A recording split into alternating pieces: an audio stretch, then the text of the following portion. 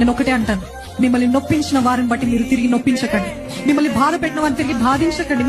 మిమ్మల్ని ఎన్ని మాటలైనా అనండి, దేవా నేను దులుపుకుంటున్నాను ప్రభా, నువ్వు చూసుకో అని చెప్తారు చూడండి.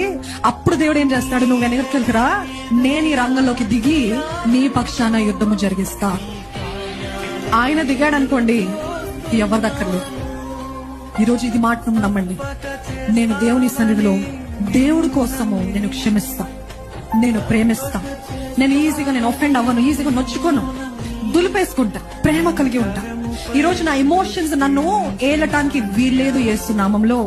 ఈ రోజు ఈ ఎమోషన్స్ ని వాడుకొని అపవాది నన్ను ఏలటానికి వీల్లేదు యేసునామంలో. నా కుటుంబంలో నేను నెమ్మది కలిగి ఉంటా, నా కుటుంబంలో నేను సమాధానం కలిగి ఉంటా, నా కుటుంబంలో నేను ప్రేమ కలిగి ఉంటాను. నా కుటుంబంలో ఈ రోజు నుండి ఇంకో పరలోకంగా మార్చబడును గాక. ఆ రీతి ఉన్నాం.